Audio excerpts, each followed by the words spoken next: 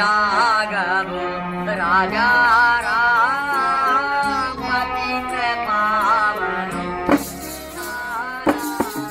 हम सब यूपी के अयोध्या से तो भली भांति परिचित हैं, पर क्या आप जानते हैं कि अपने मध्य प्रदेश में भी एक छोटी सी अयोध्या बसी है, जहां सैनिकों द्वारा राजा राम को बंदूक की सलामी दी जाती है। नमस्कार, मैं हूं शिवानी और आज हम बात कर रहे हैं एमपी के ओरछा जिले की। ओरछा का राम राजा मंदिर एकमात्र ऐसा मंदिर है जहां श्री राम भगवान और राजा दोनों ही रूपों में पूजे जाते हैं। मान्यताओं के अनुसार अयोध्या के रामलला की वास्तविक प्रतिमा ओरछा में ही विराजमान है। इसी वजह से कि भले ही ओरछा का महत्व अयोध्या समान ना हो, लेकिन कम भी नहीं है।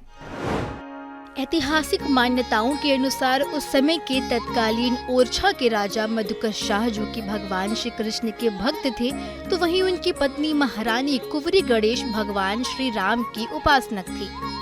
राजा मधुकर हमेशा रानी को भगवान श्री कृष्ण की उपासना करने को कहते थे, लेकिन रानी श्री राम के नाम का सुमिरन सच्चे मन से किया करती थी। एक बार रानी ने मन बना लिया कि वे भगवान श्री राम की स्थापना ओरछा में करेंगी, जिसके लिए रानी ने अयोध्या जाकर भगवान राम की उपासना करने का मन बनाया।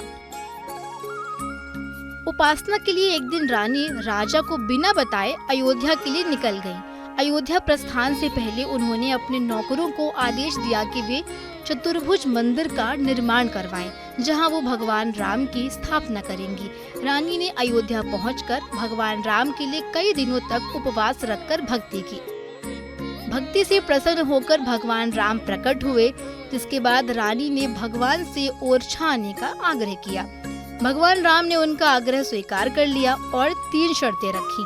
पहली शर्त में भगवान राम ने कहा कि वे ओरछा बाल स्वरूप में आएंगे। दूसरी शर्त, ओरछा पहुंचने के बाद वहां ना तो कोई राजा होगा और ना ही कोई रानी। तीसरा शर्त, उनकी स्थापना पुरुष नक्षत्र में होगी। रानी ने भगवान राम की तीनों शर्तों को मान लिया और उन्हें ओरछा लेकर आ गई। जब रानी भगवान राम को बाल रूप में ओरछा लेकर पहुंची, तो राजा ने धूमधाम से स्वागत करने का मन बनाया, लेकिन रानी ने उन्हें ऐसा करने से मना कर दिया और भगवान राम की स्थापना करने का शुभ मुहूर्त बनाया। लेकिन भगवान राम ने कहा कि वे अपनी माँ को छोड़कर कहीं नहीं जाएंगे। जिसके बाद भगवान राम महल से बाहर नहीं गए और उनकी स्थापना वहीं हो गई।